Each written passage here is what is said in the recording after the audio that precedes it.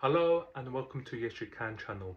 In this video tutorial, I will show you how to blur images / videos in InShot. Yes guys. So many of you guys are wondering, where is this feature to blur the image or the video? Then stay tuned and I will show you where it is. Okay, let's get started. So we are in InShot. Select your video or image. I've selected the video. So where you need to go to is sticker and then go to detail. This is where you're going to find so many blur designs. So this is the main one. This is the main blur.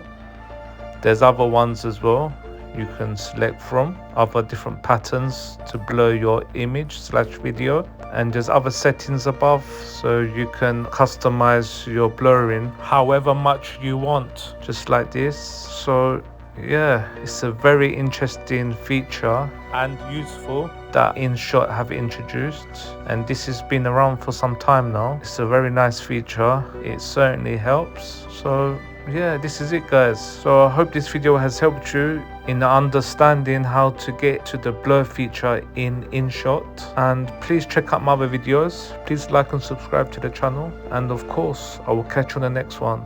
Thank you for watching. I will let the video roll so you can see the rest of the video.